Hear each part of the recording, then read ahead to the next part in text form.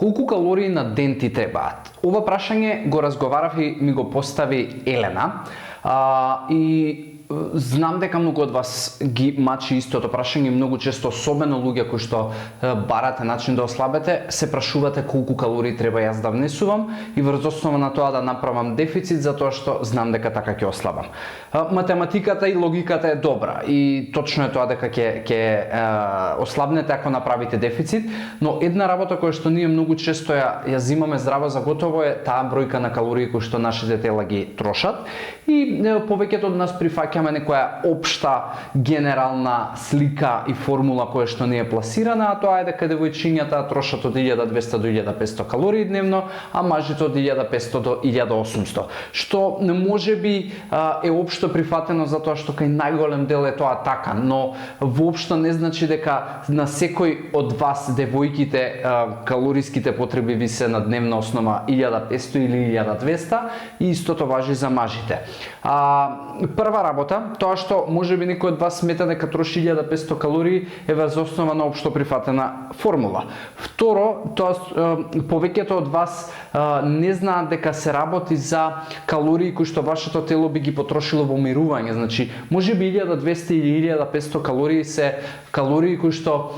значат базален метаболизам, односно телото ќе ги потроши макар вие денес да лежите и да трепкате, затоа што најголем потрошувач на калории во текот на денот се дишењето, работата на срцето, работата на мозокот и работата на вашиот дигестивен систем.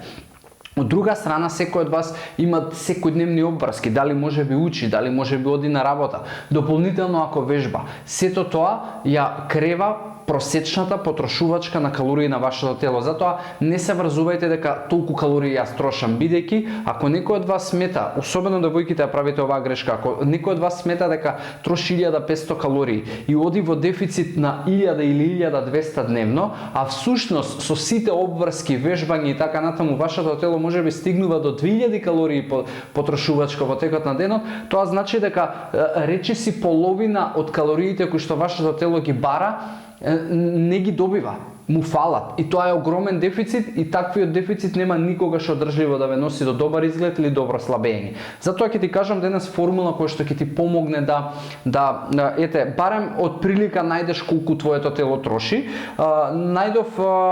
значи формулата смета во паунди, во америчката единица мерка за телесна тежина.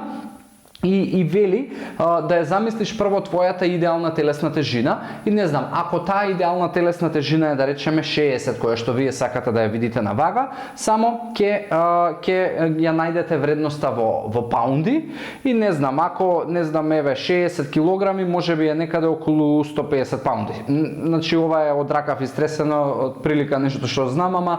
сигурно не е 150, но како и да е, ако мојата идеална телесна тежина, таа што јас се посакувам е 150 паунди, ја множам само со 12 и добивам дека моето просечно потрошувачка на калории е 1800, што не е 1500, ако ме следевте уште на почетокот. Тоа значи дека јас можеби во некои денови ќе одам до 1600, до 1500, некои денови можеби ќе одам до 1800 во случаеви кога вежбам и на тој начин ќе правам одреден калориски дефицит, али не може да се врзувате кон тоа дека 1500 е моите калории или 1200 се моите калории, јас треба сега од тоа да правам дефицит. Многу погрешна стратегија и обично со таа стратегија